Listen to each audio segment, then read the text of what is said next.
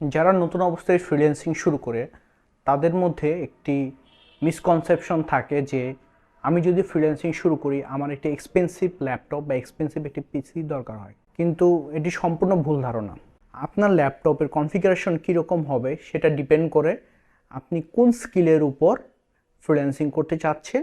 বা web development যদি হয় আপনার মোটামুটি একটা পিসিতেই আপনার কাজ হয়ে যায়।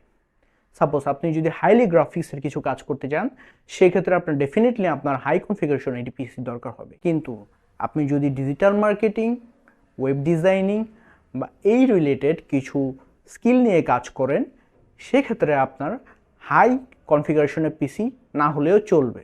আর যদি আপনি গ্রাফিক্স রিলেটেড কোনো কাজ করতে চান সেক্ষেত্রে আপনার ডেফিনেটলি আপনার একটি হাই কনফিগারেশনের ল্যাপটপ বা পিসি দরকার হবে। আপনার মোটামুটি একটা কনফিগারেশনের পিসি দিয়ে আপনি আপনার ফ্রিল্যান্সিং জার্নি শুরু করতে পারেন এবং পরবর্তীতে আপনি আপনার জার্নি অনুযায়ী, আপনার স্কিল সেট অনুযায়ী, আপনি আপনার অ্যাফোর্ডেবিলিটি অনুযায়ী আপনি হাই কনফিগারেশনের যে কোনো পিসি বা ল্যাপটপ কিনতে পারবেন।